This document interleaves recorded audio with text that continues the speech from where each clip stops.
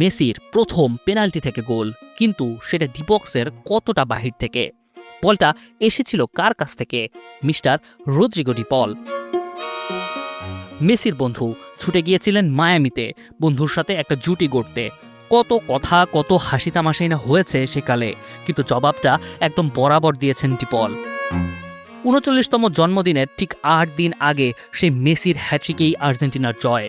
বিশ্বকাপে মেসির প্রথম হ্যাট্রিক, ১১টি ভিন্ন দেশের বিপক্ষে বিশ্বকাপে গোল করার প্রথম কীর্তি, আর ক্লোজার রেকর্ডে ভাগ বসানো। বিশ্বকাপে টপ স্কোরারদের একজন বনে গেলেন কানসাসের এই রাতে। সবখানি মেসি মেসি মেসি রব। মেসি ছাড়া আর কে, যেমনটা প্রায়ই হয়ে থাকে, যার জাদুকরী মুহূর্তগুলো বারবার জয়ের দিকেই টেনে নিয়ে যায়, বারবার শিহরণ জাগায়, রোমাঞ্চিত করে আর মনে করায় এ পৃথিবীতে ফুটবল যেখানে হয়েছে সার্থক, সেখানে মেসি আর ফুটবল মিলে মিশে একাকার। দেশের মানুষের দৃষ্টিশক্তিকে সুরক্ষিত রাখার প্রত্যয় নিয়ে এলো সেফ এলইডি লাইট।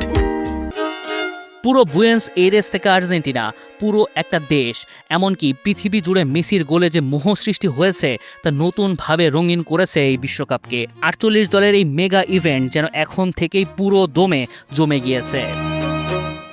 আজও তাই মাঠের সবচেয়ে বয়স্ক খেলোয়াড়টি সবচেয়ে দ্রুত প্রতিক্রিয়া দেখালেন। সর্বকালের সেরা বিতর্কে অংশ নাই নিতে পারেন, কিন্তু অন্তত একবিংশ শতাব্দীতে নিজ চোখে এমন কাউকে কি আর কখনো দেখেছেন?